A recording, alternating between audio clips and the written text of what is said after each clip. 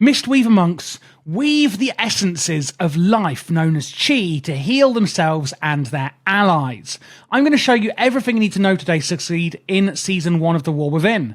This is going to be very beginner friendly, while also being friendly enough for veterans that you're going to get everything you need to hit the ground running. We're going to start off with the stats and stat priority. Intellect being your main stat. And you are going to want to get a higher and higher item level to get more intellect and better secondary stats. If you are comparing secondary stats, this here is the general priority. However, I would only recommend actually comparing these if you are looking at items of the same eye level, where a higher eye level is generally always going to be better. So looking at our secondary stats, versatility increases damage and healing done, while also simultaneously reducing damage taken, which is fantastic, of course. Gusts of wind is our mastery. Renewing mist, blah, blah, blah. So basically loads of our healing spells, okay, are going to cause a gust of healing mists, instantly healing the primary target for a lot of healing. And gusts of mists has a 30% chance to do even more healing sometimes. So basically, the more mastery we have, the more healing we do. Haste is actually going to increase our attack speed, our spell casting speed, and our mana regeneration, etc. We have critical strike, of course, meaning we've got a chance to do more healing. Looking quickly, before we move on, at the set bonus we're getting this season, it's called Gatecrasher's Fortitude. The 2 set, where Enveloping Mist and Renewing Mist, healing is increased on those 2 abilities. And our 4 set, Vivify, another healing ability we have, extends the duration of Renewing Mist and Enveloping Mist on its primary target up to 3 seconds. So these 2 abilities are actually going to be on our target for a while, and this is going to extend the duration that those healing spells are actually affecting our allies. So now looking at the cooldowns and some of the utilities that we have at our disposal. These are the most important ones I think you need to be aware of. Now, on the left here, we've got things we're doing to our enemy, and on the right, we've got things that we're doing to enhance us and our allies. These can be used on every spec, by the way. They're all from the monk class tree, meaning it's the same no matter what class you're in. So let's get started. First, we've got paralysis. Incapacitates a target for a minute. You can only do this to one target at a time, so they are paralyzed. Oh dear. The next one we have is disable. Reducing the target's movement speed by 50%, so halving their movement speed for 15 seconds. And the duration of that is actually going to be refreshed whenever you do melee attacks, which is really awesome. And then lastly, on the left side, we've got leg sweep, knocking down all enemies within 10 yards and also stunning them as well. So some really great utilities that we've got there. On the right-hand side, we've got diffuse magic. Reduces magic damage you take by 60% and transfers all currently active harmful magic effects on you back to the original caster, if possible. Then we have Fortifying Brew on a 2-minute cooldown, turns your skin to stone for 15 seconds, increasing your current and maximum health by 20%, and also reducing how much damage you take at the same time. Lastly, we have Ring of Peace. Form a ring of peace at the target location for 5 seconds. Enemies that enter that ring will be ejected from it. So it's a safe place for you and your allies. And that pretty much is the main utilities that I want to show you for Monk in this video. Again, do always look through your class talent tree, maybe when you're more familiar with the spec. Look through your spellbook and just see what else we have available. There's always other things that we can do, but these are the main and most important ones that I want you to be aware of for Season 1. Now let's actually look at the rotation and the spells we are going to be using to heal our allies in PvP. The first thing you're going to want to do when the gates open is put down your Jade Serpent statue. That will summon a statue wherever you like. When you channel Soothing Mist, the statue will also cast it on your target, healing them. So basically duplicating your Soothing Mist. Then put Transcendence down somewhere safe. As you can see here, Transcendence splits your body and spirit, leaving your spirit behind for 15 minutes. You can use Transfer to swap locations. So I can use this spell to then just swap back to where that one is. And then I can swap back to here if I want. After that, we're going to start getting Renewing Mists out on our allies. Surrounding the target of Healing Mists, if it heals a target of maximum health, it will travel to another injured ally within 20 yards.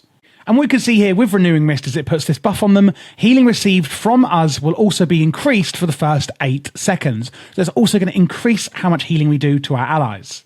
Then, for the main amounts of healing, we can use something called Chi Cocoon here, or life Cocoon even, encases the target in a cocoon of Chi, absorbing a massive amount of damage and increasing how much healing they receive from you as well. This will also apply Renewing Mist and Enveloping Mist onto the target, some more heal over time spells. Then just use your Renewing Mist as kind of your general filler. We've got 2 charges of this. It's on a 9-second recharge. It's the same spell I mentioned here on your opener.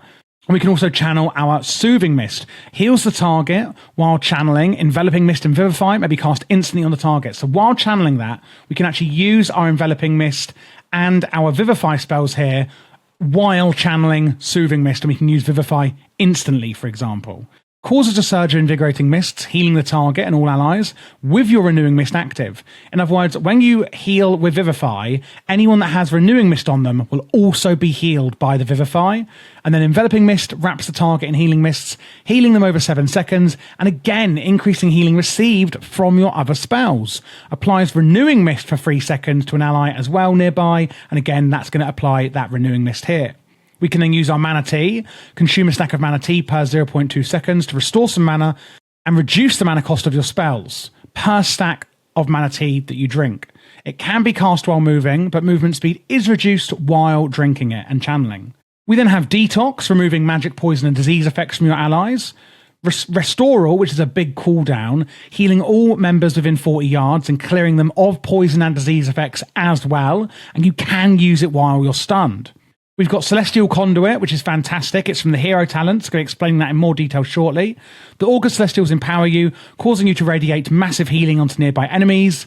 Split evenly among them. Healing and damage is also going to be increased per target. And you can again move this while channeling. Then we've got some personal defensives. Fortifying Brew is going to increase your current and maximum health, reducing all damage you take as well. And Diffuse Magic reduces magic damage you take by 60% and transfers all currently active harmful effects on you back to the original caster, if possible, which is really, really nice in PvP. Looking then at some of the actual utilities we have as preservation. So, Mistweaver, sorry. I just filmed preservation. Oh my god, I'm getting confused. We have Leg Sweep, knocking down all enemies within 10 yards, stunning them. We've got Ring of Peace, which I love. Basically, enemies that enter it are ejected from that Ring of Peace. If an enemy tries to burst you down, you can use that, etc. We've got Touch of Death, another thing for bursting. You exploit the enemy's weakness, basically killing them if they have less health from you. Tiger's Lust increases a friendly target's movement speed massively, can use on yourself or an ally. Paralysis incapacitates a target for a minute. And then we've got Thunder Focus Tea. You can only use this once on a 30-second cooldown, and it will basically enhance your next healing spell. Enveloping Mist immediately heals. Renewing Mist, the duration's increased. Vivify, there's no mana cost. And that basically is the main way we will be healing as a Mistweaver healer in PvP for the War Within. Looking at the talents we're going to get, specifically the hero talents, before we move on to the hero talents, we have quite a lot in our arsenal. Personally, I love Peace Weaver. Restoral's cooldown is reduced by 50%, literally halving the cooldown, and provides immunity to magic damage and harmful effects for a few seconds as well. Thunderous Focus Tea is another great one. Thunder Focus Tea can now additionally cause Crackling Jade Lightning's knockback immediately, or cause Roland Chi Torpedo to refund a charge use and heal you. And I also like Sven Spheres. This is a new ability we gain from the PvP talent. Forms a sphere of hope or despair above the target. Only one of each sphere can be active at a time. Hope increases the healing done, or despair, the target deals less damage to you and takes more damage from all sources. And you can work with your allies when you want to use this on your enemy to increase burst damage on them, etc., and nuke them down. In this build, we are going with the Conduit of the Celestials hero talents. Now, apart from Celestial Conduit, which is a 1.5 minute cooldown, we're not actually getting anything else that's going to be active. It's all going to be quite passive effects. And I do want to go through these in a bit more detail, as hero talents are the new exciting thing that we're getting in the War Within expansion.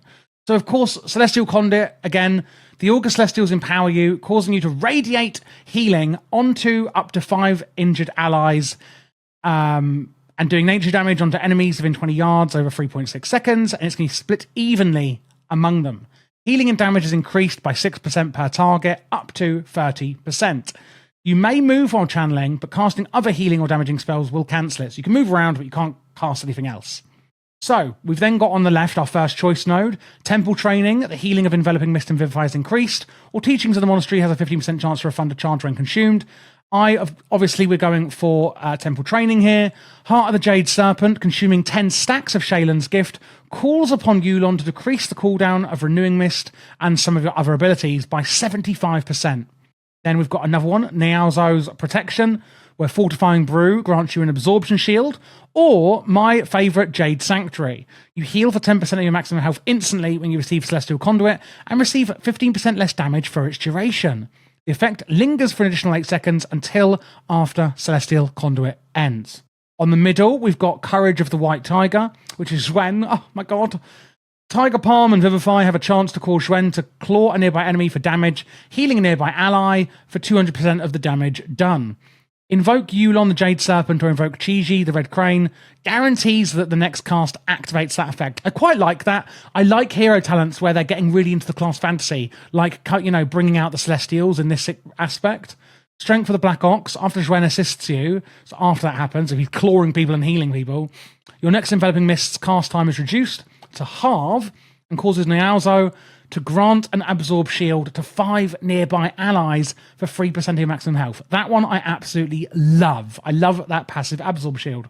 Yulon's Knowledge, refreshing Jade's Wind duration is increased, or gaining refreshing Jade Wind while Chi-Ji, the Red Crane, or Yulon active. Yulon, the Jade Serpent, is active. So you get that wind when they're active. I feel like I worded that really badly. Fight of the Red Crane, refreshing Jade Wind and Spinning Crane Kick have a chance to cause Chi-Ji to grant you a stack of Manatee and quickly rush to 5 allies, healing them. I love that one as well. I really do love Conduit of the Celestials, if you can't tell.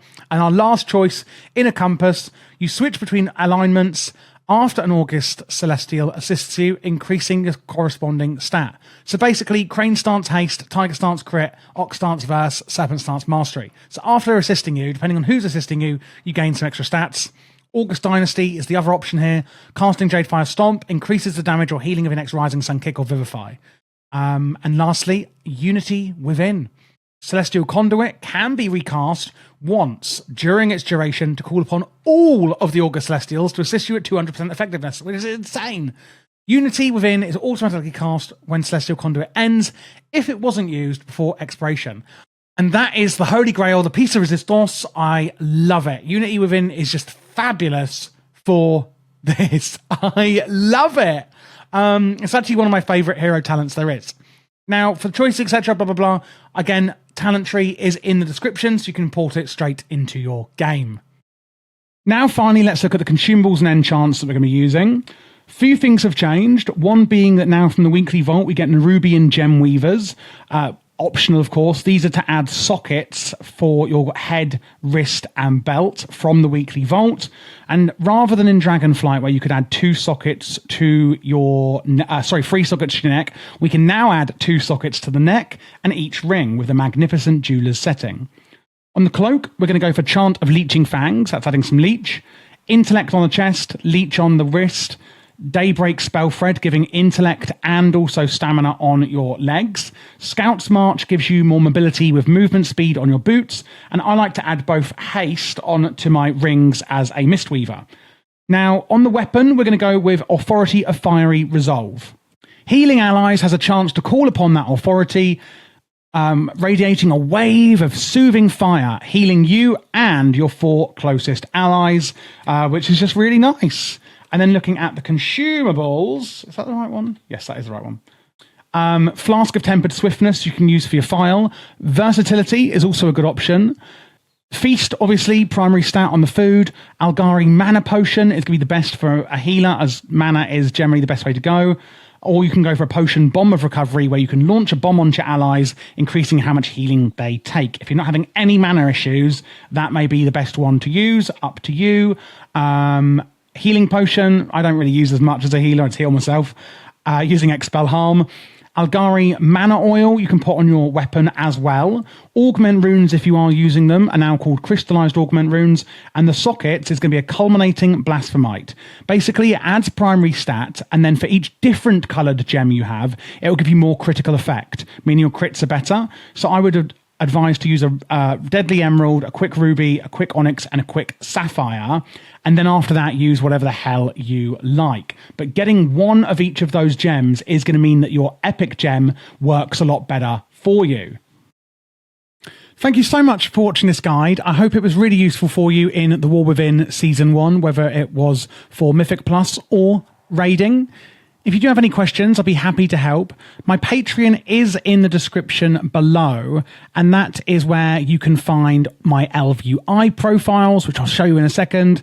And also, I'm putting together a huge macro list for every single spec that's going to be really useful for you in The War Within as well. I am doing all classes and specs for The War Within, so if you are new to the channel, then please do click this playlist here to check out what else I have, which is all of them.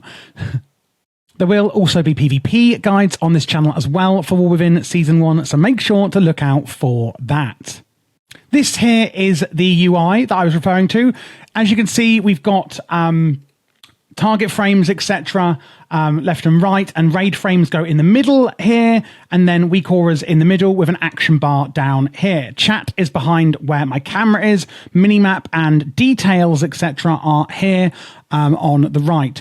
All of the plater profiles, the voodoo, the LVUI, etc., details profile has all been made by me. And again, you can get this on my Patreon should you like it.